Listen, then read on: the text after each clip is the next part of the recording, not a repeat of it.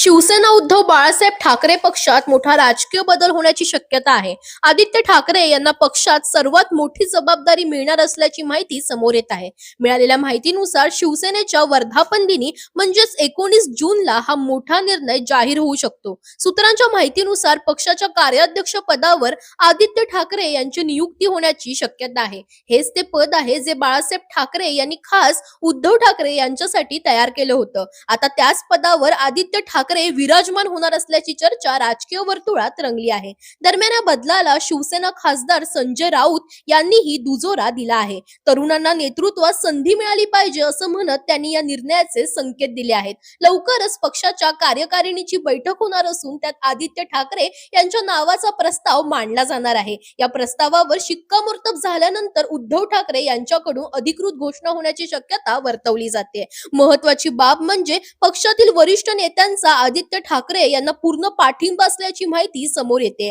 यामुळे आता ठाकरेंच्या शिवसेनेत मोठा नेतृत्व बदल होण्याची शक्यता अधिकच वाढली आहे. दरम्यान तुम्हाला याच्याच अपडेट्स हव्या असतील तर इंडिया लीडरला फॉलो करायला विसरू नका.